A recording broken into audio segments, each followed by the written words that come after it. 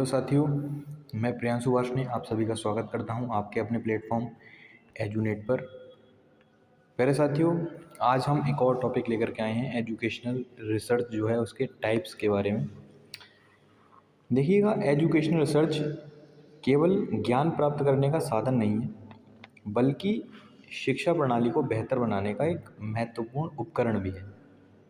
आज मैं आपको इसके विभिन्न प्रकारों के बारे में बताने जा रहा हूँ, जिससे हम समझ सकें कि अलग अलग परिस्थिति में कौन सा शोध ज़्यादा उपयुक्त होता है ना।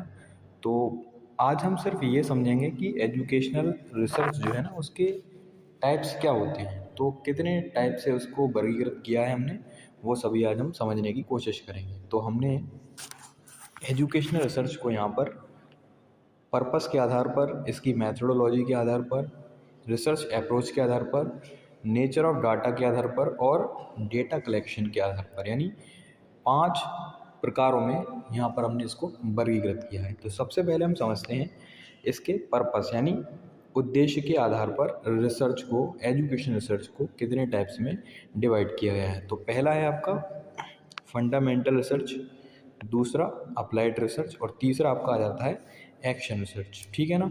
उसके बाद में अगर मैं बात करूं बेस्ड ऑन मैथोडोलॉजी, यानी पद्धति के आधार पर, तो पद्धति के आधार पर भी आपको 3 प्रकार की रिसर्च देखने के लिए मिलते हैं।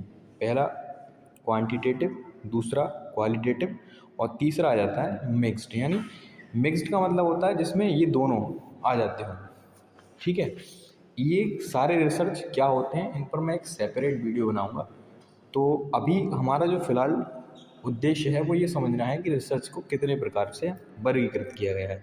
तो आगे चलते हैं।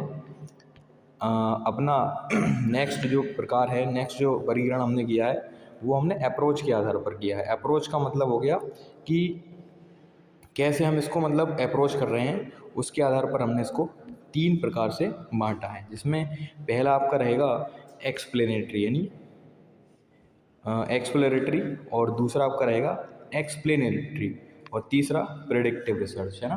तो अप्रोच के आधार पर भी इसको हमने 3 प्रकार से बांट लिया। उसके बाद में अगर हम नेचर ऑफ डाटा के आधार पर अगर हम बात करें तो हमने इसको 2 प्रकार से बांटा है, यानी 2 प्रकार में हमने इसको वर्गीकृत किया है। पहला हो जाता है लॉन्गिट्यूडल रिसर्च और दूसरा हो जाता है आपका क्रॉस सेक्शनल रिसर्च। उसके बाद में अगर बात करें तो नेक्स्ट जो हमारा है डाटा कलेक्शन के आधार पर, यानी हमने डाटा कलेक्शन के आधार पर भी इसको 3 प्रकार से वर्गीकृत कर रखा है, जिसमें पहला आपका रहेगा ऑब्जर्वेशनल रिसर्च, दूसरा रहेगा इंटरव्यू बेस्ड रिसर्च और तीसरा जिसमें रहेगा सर्वे रिसर्च। इसके अलावा यहाँ पर हमने कुछ और भी इसको डिवाइड कर रखा है, जो कि कह सकते हैं कि रिसर्च के मेन 3 मतलब प्रकार होते हैं, जिसमें से पहला आपका हिस्टोरिकल, दूसरा डिस्क्रिप्टिव और तीसरा होता है एक्सपेरिमेंटल रिसर्च। कायदे में अगर देखा जाए तो एजुकेशनल रिसर्च के यही 3 प्रकार होते हैं, हिस्टोरिकल, डिस्क्रिप्टिव और एक्सपेरिमेंटल। लेकिन इसमें भी इनके भी सब टाइप्स हो जाते हैं। वैसे कायदे में देखा जाए तो हमने इसको पद्धति के आधार पर पहले क्वालिटेटिव और क्वांटिटेटिव में डिवाइड किया, लेकिन पद्धति के ही आधार पर हम इसको इन तीनों में भी डिवाइड कर सकते हैं। तो वैसे कायदे में हिस्टोरिकल रिसर्च क्वालिटेटिव है या क्वांटिटेटिव, इस टाइप के क्वेश्चंस बनते हैं। तो फिलहाल हमारा जो टॉपिक है आज का वो यहीं तक है।